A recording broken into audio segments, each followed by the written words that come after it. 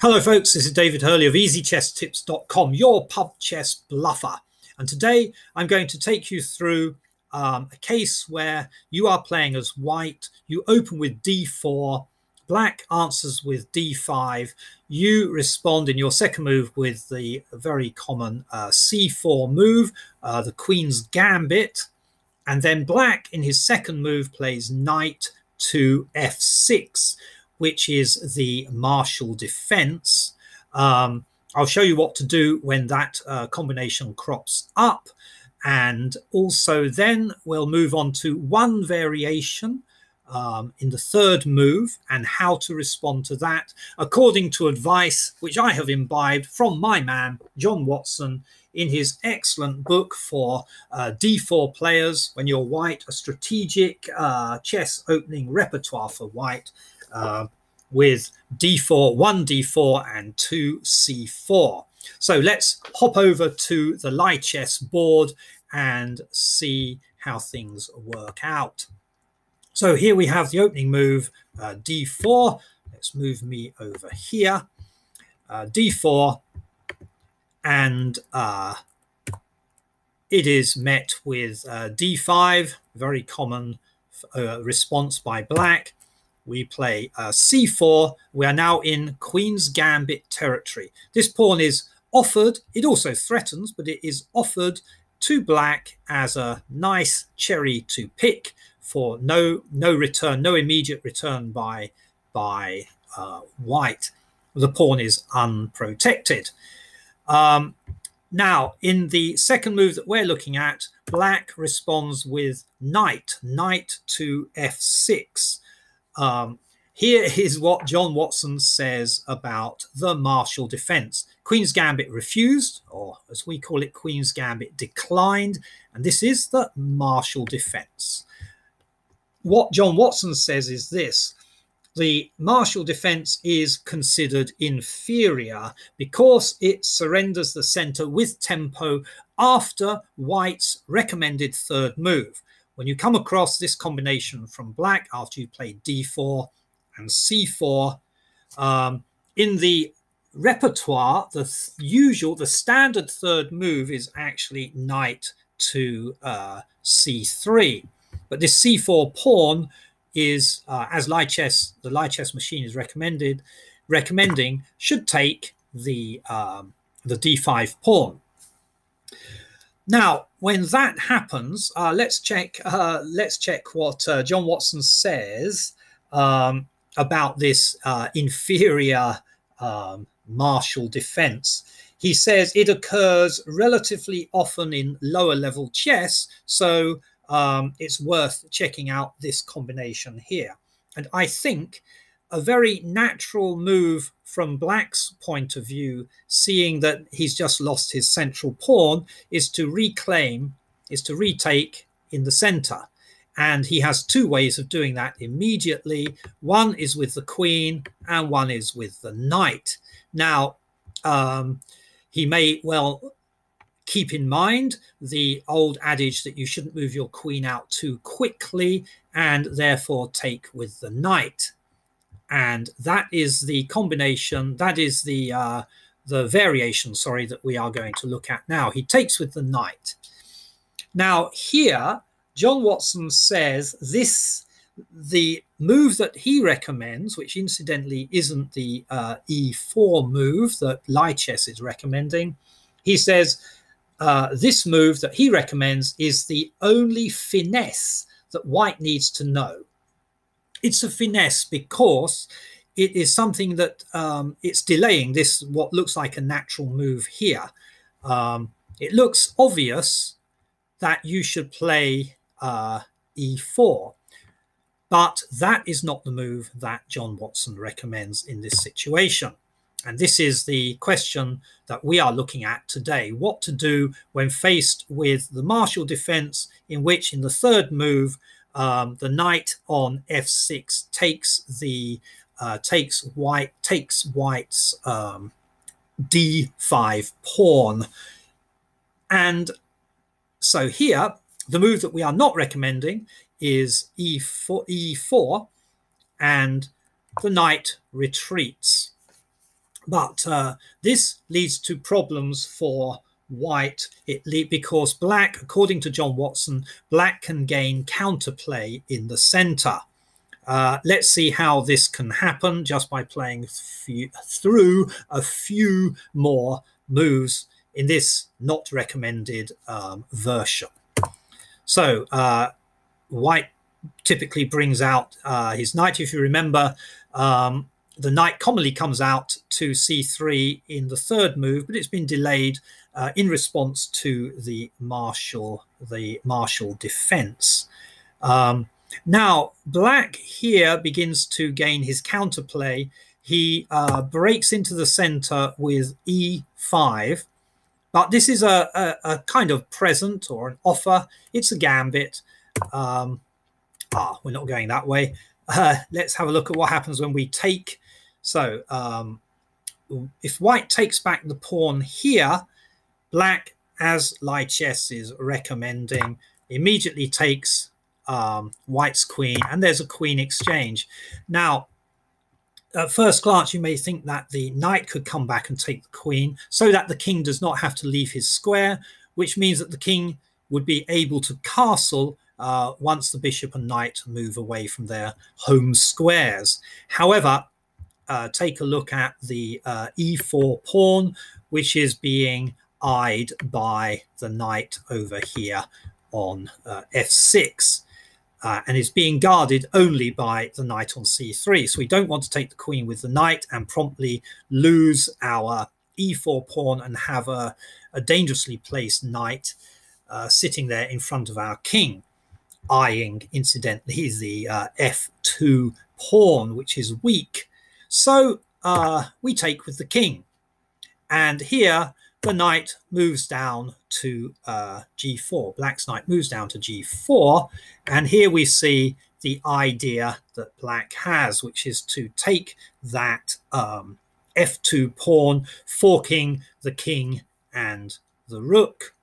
A response by white is to offer black the same medicine. You can see that if the knight moves up here to d5, he can reply with once he's got out of check with a similar combination. So the knight takes the pawn, check.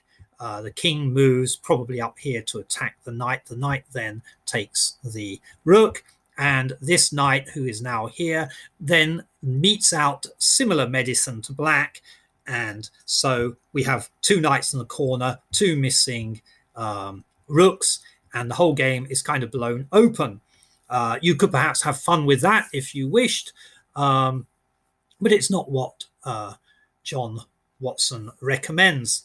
There is another variation in here when after playing the natural seeming e4, the knight retreats. The knight comes out to c3. The black e pawn jumps down to e5. What happens when we don't take that pawn? We resist that temptation, perhaps not wanting to lose our queen, not wanting to exchange queens so early in the game, and we move to d5. Here, black immediately gains counterplay by moving his bishop out to c5, and so here there is a rather balanced game at the moment. Black has gained counterplay. You can see that black is in a position where he can castle. White still has some work to make up. Black actually has gained a developmental advantage here. He has two pieces out. White is still fumbling around with most of his pieces on pieces on their home squares. So what is it that John Watson recommends? Let's go back and see.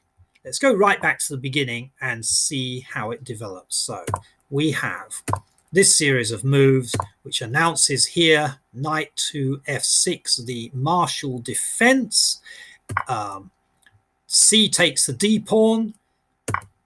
And in our variation, when the knight takes d5, we avoid the natural looking move e4 for the reasons that we've just seen.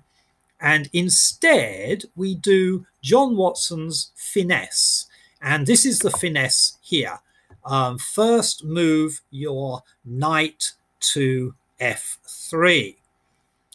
And that creates a much better situation for white, according to John Watson. We then get this kind of variation here, bishop to f5. And queen to b3. Yeah, Lichess is recommending the knight moves to d2, but John Watson recommends this queen move here, and you can see the reasoning behind it. He's attacking, or at least threatening to attack, the pawn over there, the b7 pawn, but he's also eyeing up this weak pawn here, among other things. So that is a nice combination there. If in response to your finesse, black plays the bishop. But what happens if in response to your finesse, black tries this pattern?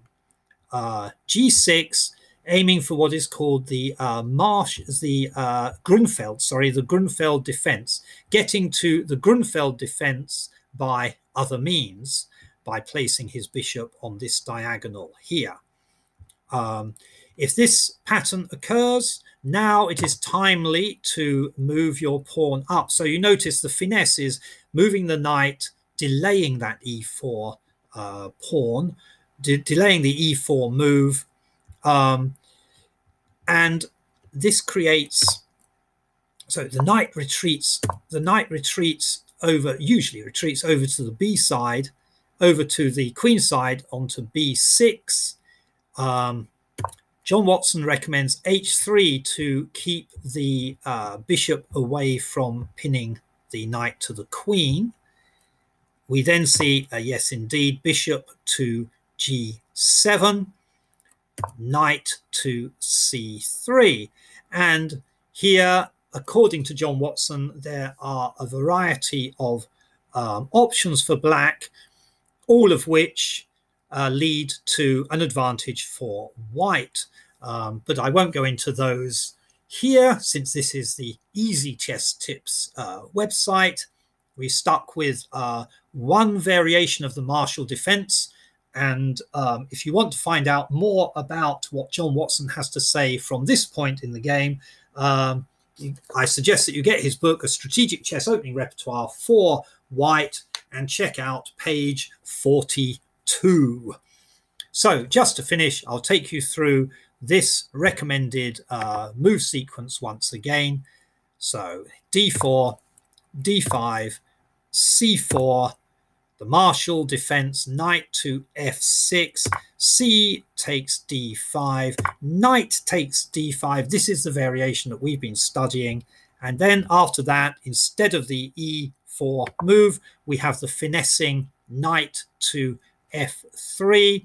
And then we have either this option where the bishop comes out, in response to which we have queen to b3, or we have a g6 variation, and now we can play our e4 move. The knight typically moves off to b6. We have h3 to keep the bishop away from pinning the knight to the queen. We have the Grunfeld move there, the fianchettoed bishop on g7. And that is followed by the completing move for our setup here. Well, we're not completely developed. We still have our bishops on their home squares, but it's a nice position for white with his two central pawns and his two knights on their naturally strong squares. Okay, I hope you've enjoyed this video, found some benefit from it. And just remember, when black plays knight to f6 in the queen's gambit as his second move, the Marshall defense, and then in his third move he takes that your e5 pawn, finesse with knight to f3. That's all from me, David Hurley of easychesstips.com, your pub chess bluffer, with thanks to John Watson and his book, A Strategic Chess Opening Repertoire for White.